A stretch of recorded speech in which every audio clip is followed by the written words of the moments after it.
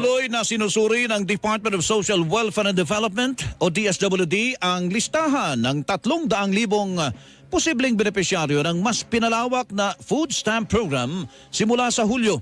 Ayon kay Social Welfare Assistant Secretary Irene Dumlao, yan ay bilang paghanda sa full implementation ng Walang Gutom 2027 Food Stamp Program. Anya na itatag na ang National Program Management Office para dito, bukod pa sa pagkakaroon ng karagdagang personnel para sa validation process. And this personnel already on the ground working with the various local government units para matukoy natin if yung bang pre-identified na mga prospective beneficiaries are still residing in those areas. Sila po ba talaga yan? No? So kinukuha na natin ng relevant information as part of our validation.